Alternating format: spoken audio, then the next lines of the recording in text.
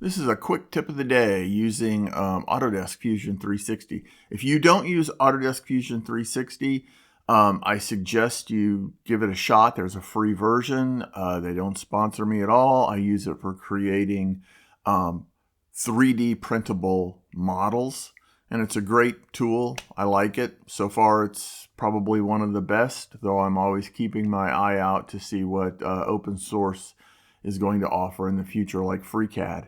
Anyway, the quick tip of the day is about parameters within tools like this.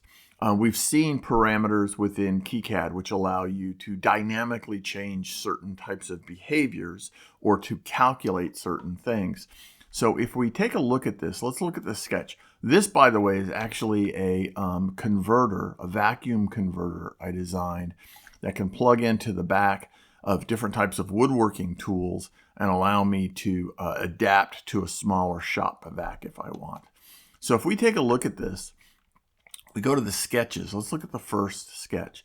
You'll see it says FX and then it has the number. Well, if we go under Modify and choose Change Parameters, you'll see I created a number of user parameters. These are named variables that have a value. So if we go back over here and click one, we'll see the small hole start ID, inner diameter, plus the wall thickness. And if we go here, we'll see one. So by using these parameters, you make your models much more accessible to others who want to change them. Instead of having to understand how the whole model goes together, you're allowing a number of factors. Let's say that in this case, you want to change the length of this, the large section. So you can easily do that by going into the parameters, table length, or large length. Now notice that it's a negative. That's because we're using Cartesian coordinate systems here. But if we say -60, what should happen? Well, it should get longer, and it does. So this makes it really easy for other people to use your designs.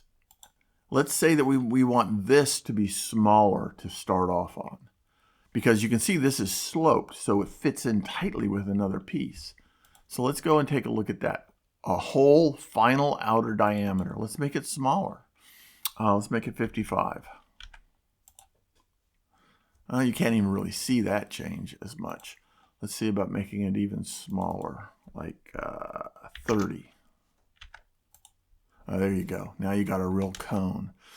So anyway, that's the quick tip. Try to use parameters when it comes to making models, including in KiCad, PCBs, things that could change.